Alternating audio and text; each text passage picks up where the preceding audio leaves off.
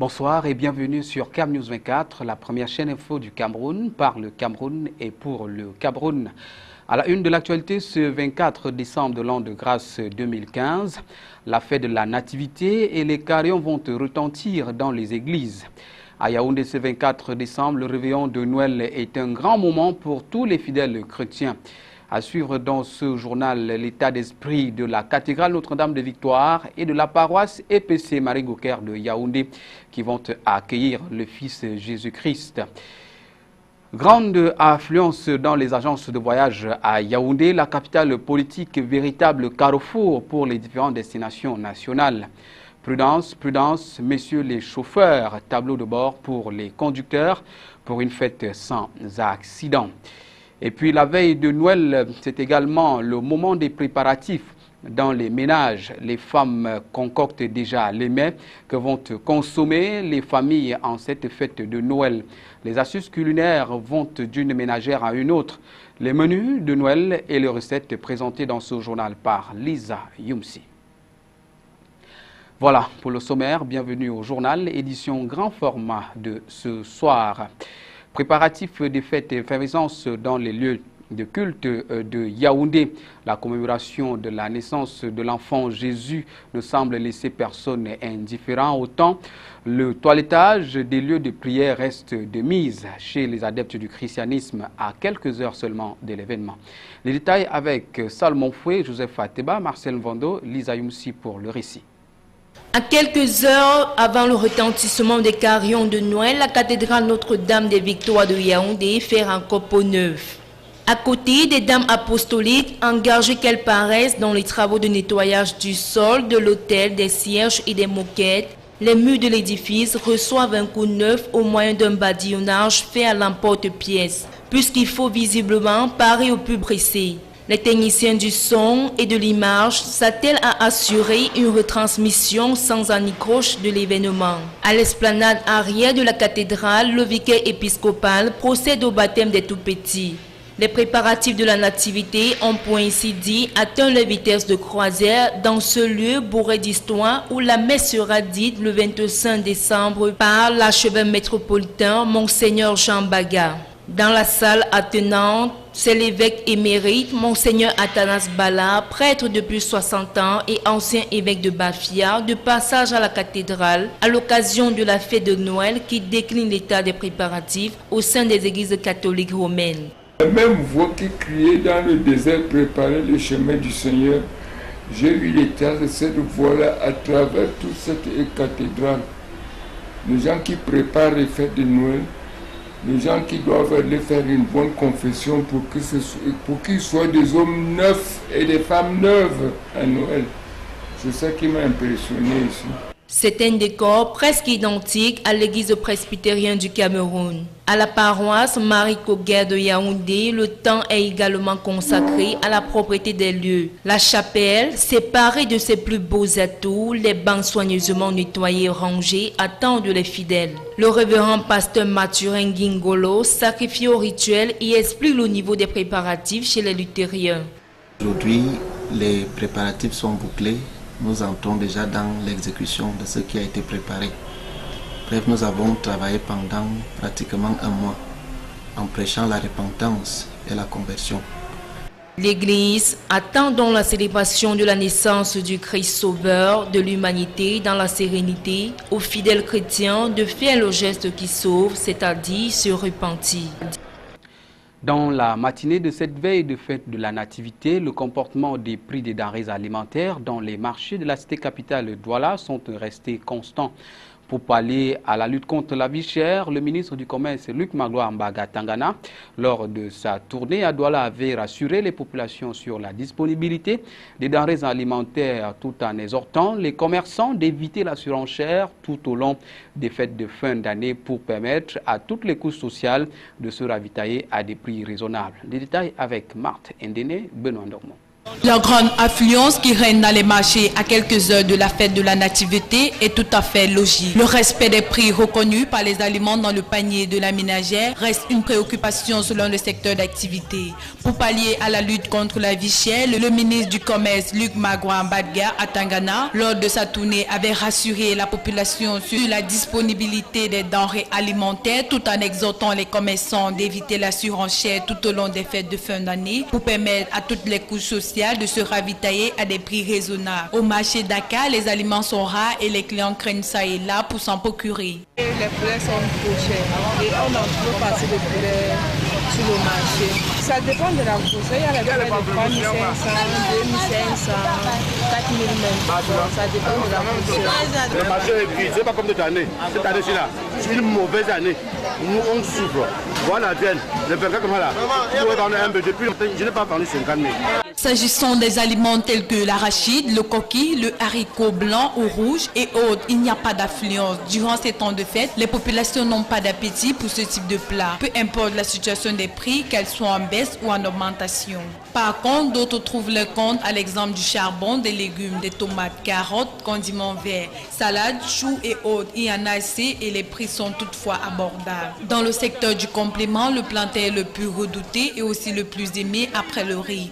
Les bayam selam de ce côté voient du noir. Le marché est rude, de l'achat pour l'acheminement jusqu'à la vente dans les différents marchés. Sinon, les populations de Douala peuvent s'estimer heureux car ils ont les produits frais à leur portée, peu importe les prix. Et nous vendons le plantain cher en disant que le produit qu'ils mettent en bas de plantain, que c'est cher aussi. Et nous arrivons aussi à Douala, on vend aussi cher parce que la voiture est trop chère.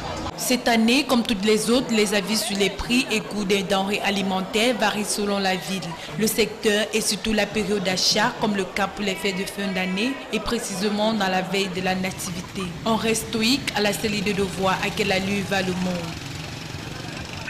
Au charbon donc, les femmes. Aux événements spéciaux, des buffets spéciaux, la fête de la Nativité se prépare dans les ménages entre différents menus. Les femmes se sont attelées dans les marchés pour les derniers achats, les denrées alimentaires, ce qui permettra de se régaler en famille le jeudi. Lisa Youmsi, José Ngonga. Pour l'arrivée de l'enfant Jésus, les dames de la capitale économique Douala sont à la recherche du butin final qui viendra ainsi redorer le blason de la naissance du Christ Sauveur le jour J. Au marché Dakar de Douala, l'ambiance des festivités est à son comble. C'est avec enthousiasme que les ménagères de la cité économique nous dévoilent le menu qui servira d'appât. Les délices sont variés, c'est chacune qui veut ajouter une originalité avec des produits pas souvent assez consommés par tous. Quand je suis avec ma famille, je prépare à leur goût préféré. Il y aura du sauté de lapin, qui est une viande rare, poisson braisé, riz sénégalais. De la viande, mais surtout la volaille ne sera pas en reste, y compris des rafraîchissants, afin d'accompagner les différents repas. On va acheter les jus, parce que j'ai pas assez de temps pour faire les jus naturels. Donc on va juste acheter des jus, les enfants vont boire. Un peu de tout, mais surtout les pâtes. Demain, on aura un peu de spaghettis sautés, mélange de macaroni, un peu de macédoine et un petit déjeuner. Même si, jusqu'ici, certains n'ont pas encore effectué un quelconque achat, mais restent de même figés sur l'idée du repas. Certes, demain, c'est un jour pas comme les autres, certains commerçants ne manqueront pas d'exposer sur leur buffet des mets traditionnels. Je vais chercher où se trouve le haricot avec les pommes. Je pile, pam, pam, pam, soit le cuit, parce que le porc c'est tous les jours au bar. Mais demain là, c'est le cuit, soit les pommes pilées avec le haricot. Du côté de la boucherie, les hommes ne sont pas exclus de la partie. Ils ont tout de même profité de cette occasion pour passer les commandes. Puisque je suis là une boucherie, je mange régulièrement ma viande. Il faut un peu de poulet, un peu de frites, un peu de taro, avec un peu accompagné la viande de chef. Là, c'est mes mets de 25 décembre. De toute façon, une chose est certaine, bon nombre de familles et d'amis se rassembleront pour partager et célébrer la Noël. Alors, il ne nous reste plus qu'à dire bonne dégustation à tous et joyeuses fêtes de la Nativité. Les gares routières ne désemplissent pas en cette période de fête. L'affluence est celle des grands jours. À Yaoundé, carrefour de toutes les destinations qui relient le triangle national, les autorités restent formelles sur le respect des vitesses autorisées et le repos des chauffeurs après un bon nombre de voyages selon la réglementation. Reportage. Dans les gares routières de la cité capitale, le spectacle est tout azimut. Au quartier Van et Tongolor, où sont installées la plupart des agences de voyage desservant les régions de l'ouest, du littoral, de l'est, du sud et de la Damawa. L'affluence est à son comble. Les départs et les arrivées se font par vagues successives au prix de nombreuses bousculades, sans pour autant satisfaire la forte demande en tickets de voyage. Depuis le 20, on essaye quand même, il y a quand même l'affluence. On essaie de gérer avec les véhicules que nous avons pour satisfaire nos passagers de l'Est. Si j'ai choisi de voyager en ce moment, c'est juste parce que j'ai été préoccupée des choses personnelles. Et aussi, je remercie vraiment cette agence de faire en sorte que je voyage dans les bonnes conditions. La saturation de ces structures de transport, objet d'une sollicitation inhabituelle à cette période des fêtes, appelle tout de même à la prudence. Une invitation à la grève des opérateurs portée vers la part du gain au moyen de la surutilisation des chauffeurs et dans un contexte parfois marqué par l'insuffisance des engins roulants pour le grand désarroi de certains voyageurs, obligés de patienter pendant de très longues heures. Dans le reste de l'actualité ce soir, extrême nord, les personnels judiciaires, la police, les chefs traditionnels et les acteurs de la société civile mieux outillés pour lutter contre les mariages précoces et forcés. C'est à l'issue d'un atelier de formation et de réflexion sur la question qui vient de se tenir dans la capitale régionale de l'extrême nord, lequel atelier est organisé par l'association Action de solidarité pour les droits humains et la démocratie. Le compte rendu depuis Marois de Célestin Tabou le succès. Dans le souci de trouver un début de solution pour le respect des droits des filles dans la région de l'extrême nord et surtout de lutter efficacement contre les mariages précoces et forcés, l'association Action de solidarité pour les droits humains et la démocratie, en abrégé ASDHD, vient de tenir à Marois un atelier de formation et de réflexion, lequel atelier se veut un lieu de partage et d'analyse en vue de recherche de solutions idoines pour réduire les souffrances des filles et les pistes de plaidoyer pour l'application des instruments et lois relatives interdisant les mariages des enfants. Le but de cet atelier, c'est à la fin de cet atelier, nous voulons trouver des idées, des propositions qui nous permettent de trouver des solutions idoines pour la protection des filles en voie de mariage précoce. Les conséquences du mariage précoce et forcé des enfants, politique judiciaire au Cameroun, quels moyens pour respecter les droits des jeunes filles en matière de protection contre les mariages précoces et forcés, tels sont les deux exposés qui ont animé cet atelier d'un jour. Ceci parce que nous avons voulu faire passer un message. Parce que quand les conséquences sont correctement évaluées, le public est mieux sensibilisé et les pouvoirs publics également ont la possibilité de prendre toutes les mesures qui s'imposent. Et tels que les textes existent, mais leur application au quotidien par nos différents cours et tribunaux fait encore problème. Parce que ce soit au plan civil, que ce soit au plan pénal, l'accès à la justice camerounaise n'est pas ici.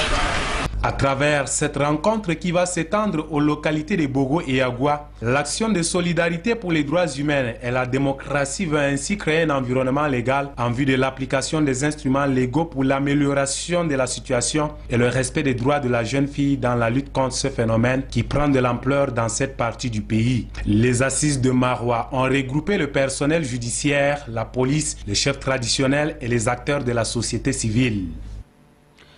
En santé, distribution des moustiquaires imprégnés à longue durée d'action Mildan, la région du littoral se prépare pour l'opération Le président du comité, le gouverneur de la région, Samuel Dieudonné Ivara Dibois, a présidé une réunion relative ce 24 décembre 2015 dans ses services. C'était en présence du délégué régional de la santé publique pour le littoral. Reportage Éric Ticheux, José Ngonga.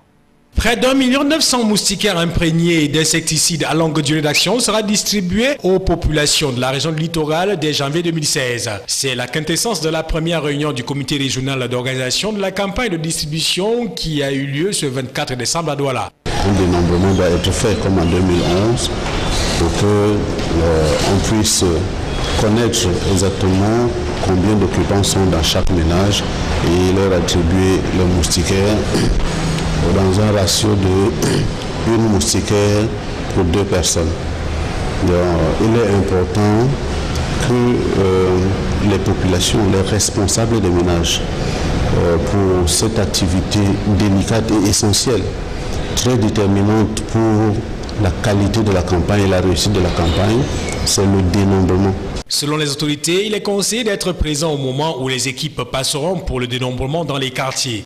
Que chacun ouvre sa porte, qu'il réponde aux questions des agents dénombreurs pour qu'on puisse leur donner sur un papier, un reçu ou un voucher comme on dit, le nombre de moustiquaires dont ils auront droit le jour de la distribution. Il est donc important de sensibiliser les ménages sur cette campagne de dénombrement qui débutera en janvier 2016 car ceux des ménages qui ne seront pas dénombrés ne seront pas pris en compte et n'auront pas de moustiquaires. Et ce qui peut arriver, c'est que celui qui n'a pas été dénombré se retrouve le jour où on distribue les moustiquaires sans reçu, et bien il n'aura pas de moustiquaires. Donc il est important qu'au moment où on va commencer le dénombrement, que chacun soit présent et qu'il réponde aux questions. Et pendant la distribution aussi, qu'il puisse s'inscrire dans les délais pour pouvoir les prendre. Il est à noter que le dénombrement durera 11 jours au plus et la distribution se fera en 5 jours. Réaction du gouvernement sur le classement 2015 de Transparency International sur la corruption. Le ministre de la Communication, Issa Tirouma Bakari, porte-parole du gouvernement, était donc face à la presse hier pour la réplique. Détail avec Jean-Pierre Bitongo. Dans son baromètre 2015 de la corruption, Transparency International classe le Cameroun à la 136e position sur 174 pays considérés, soit le 40e pays corrompu à l'échelle mondiale et le 2e pays corrompu sur le continent africain. Pire, l'organisation non gouvernementale affirme dans son rapport que la corruption a augmenté au Cameroun au cours des 12 derniers mois et que l'action du gouvernement demeure timide en matière de lutte contre la corruption. Pour le ministre Issa Tirouma Bakari, porte-parole du gouvernement, ce que Transparency International tente de faire passer dans l'opinion comme des faits de corruption n'est autre qu'un conglomérat de points de vue et d'intuitions subjectives à partir d'un échantillon d'un millier d'acteurs dont la représentativité est loin d'être avérée. Lorsque la CONAC s'attaque aux ministres, aux directeurs généraux, lorsque la CONAC s'attaque à tout, ce sont ces fonctionnaires-là qui lui feraient peur? Non. Seulement donner des éléments. La CONAC est au-dessus de tout soupçon. La CONAC est protégée par le chef de l'État. Je vous dis, si le président n'était pas transparent, ces rapports, il aurait pu les prendre et les garder. Il les publie, monsieur. Et il dit au monde qu'au Cameroun, c'est transparent. Loin de faire croire que le Cameroun fait exception à la corruption, une gangrène planétaire qui n'épargne aucun pays, le porte-parole du gouvernement a tout de même présenté aux journalistes les actions menées par le Cameroun contre la corruption et les résultats obtenus dans la lutte contre ce fléau. C'est le lieu de retenir qu'au niveau du tribunal criminel spécial TCS, on dénombre 115 dossiers entrés en instruction sur 123 inculpations, 146 condamnations, 40 non-lieux rendus, 78 acquittements, 41 décisions d'arrêt de poursuite, avec plus de 3 milliards de francs CFA au titre de restitution du corps du délit et près de 30 milliards de dommages et intérêts prononcés en réparation du préjudice subi par l'État. Autre fait saillant, l'application des principes d'égalité de traitement des candidats et de liberté d'accès à la commande publique dans le domaine des marchés publics a permis de réaliser entre 2013 et 2015 des économies budgétaires de l'ordre de 300 milliards de francs CFA au pays. À présent, le round-up de l'actualité internationale, c'est avec nos confrères de l'AFP. Un 9e suspect inculpé en Belgique dans l'enquête sur les attentats de Paris. L'homme en question, selon le parquet fédéral belge, a eu plusieurs échanges téléphoniques avec Asnaïd Boulahsen après les attentats terroristes et avant l'assaut de Saint-Denis le 19 novembre contre l'appartement dans lequel elle s'était cachée avec Abdelhamid Abaoud. Très légère embellie sur le front du chômage en novembre. Le nombre de demandeurs d'emploi a diminué de 15 000, soit 0,4%. L'augmentation totale sur l'année entière s'établit à 2,5%. Damas prêt à participer aux discussions de paix sous l'égide de l'ONU à Genève en janvier. Le régime syrien attend toutefois de savoir quels groupes de l'opposition y seront conviés. Le 19 décembre, pour la première fois en près de 5 ans de conflit, les 15 membres du Conseil de sécurité ont adopté à l'unanimité une résolution établissant une feuille de route pour une solution politique à la guerre civile en Syrie. Que ce soit pour un cadeau de dernière minute ou pour flâner devant les vitrines, il n'y a pas foule dans les rues de Paris cette année. Les raisons, les attentats de novembre et les mesures de sécurité renforcées qui ont suivi, notamment cette veille de Noël devant les églises. Chapons, foie gras, huîtres, oursins ou homards, les Parisiens se préparent tout de même à fêter le réveillon. Comme pour les grands crus de vin, il existe le Romanée Conti du chocolat.